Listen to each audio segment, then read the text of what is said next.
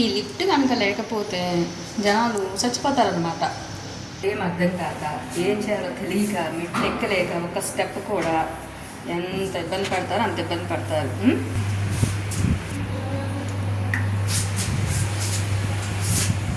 నిజంగా దేవుడా,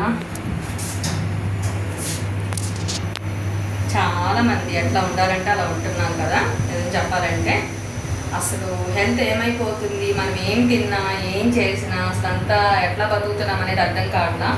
ఒక్క ఫ్లోర్ స్టెప్ కూడా ఏ ఒక్కలో కూడా వెక్కలేకపోతున్నారు. అది సిచ్యువేషన్. అసలు నేనన్నా కొంచెం ఎప్పుడన్నా అప్పుడప్పుడు సరే చూద్దాం, ఏదో ఒకటి ఎక్కి చూద్దాం అనేది ఎక్కుతున్నాను. కానీ బట్ చాలామంది చిన్న పిల్లలు కూడా లిఫ్ట్ కోసం అలా వెయిట్ చేస్తున్నారు. కాలేజ్కి వెళ్ళే పిల్లలు కూడా ఈవెన్. కానీ లిఫ్ట్ మాత్రం స్టెప్ ఎక్కడానికైతే ఎవరి ఇబ్బంది. అసలు మోషన్ కూడా ఆలోచించట్లేదు అనమాట, ఎక్కొద్దు. అసలు ఆ లిఫ్ట్ పని చేయకపోతే అసలు పరిస్థితి ఏంటని నాకు డౌట్ వస్తుంది ఒకసారి. ఏదైనా టెక్నికల్ ప్రాబ్లం దానికి కూడా వస్తుంది కదా మనుషులకు వచ్చినట్టే.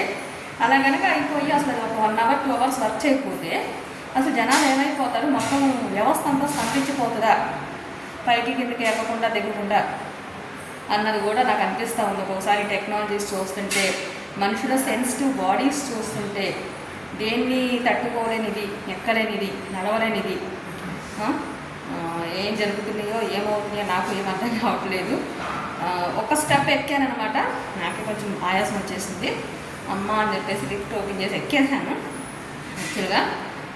అందుకే నాకు గుర్తొచ్చింది, ఏంటి ఒక స్టెప్ ఎక్కేసరికి ఆయాసం వచ్చింది, అమ్మ అనిపించేసి మళ్ళీ లిఫ్ట్ తీసేసుకున్నాను. ఇంకా నాతో పాటు ఇంకొకటి 2 ఉన్నారు చిన్న చిన్న పిల్లలు, 17-18 ఇయర్స్ వాళ్ళు. వాళ్ళైతే ఒక స్టెప్ కోసం కూడా అలా వెయిట్ చేస్తూనే ఉన్నారు. కానీ నాలాగా స్టెప్ కూడా తీసుకోలేదు. వాళ్ళకంటే నేనే బెటర్ ఏమో అనిపించింది నిజంగా. ఏంటో ఈ హెల్త్లు ఏంటో, ఏం తింటున్నామో, ఏం జరుగుతుందో ఏం అర్థం కావట్లేదు. నేనైతే చిన్న పని మీద హాస్పిటల్కి అయితే వచ్చాను. రిలేటివ్స్ ఉన్నారని చెప్పాను కదా హాస్పిటల్లో. సో వాళ్ళని చూడటం కోసం అయితే వచ్చి మీకు ఇదంతా అయితే చెప్తున్నాను అనమాట. ఓకేనా, ఎక్కడి నుంచి దీన్ని సోదంతా అని అనుకుంటారు కదా. సో అందుకోసం మీకు క్లారిటీ ఇస్తున్నా. మళ్ళీ కలుద్దాం.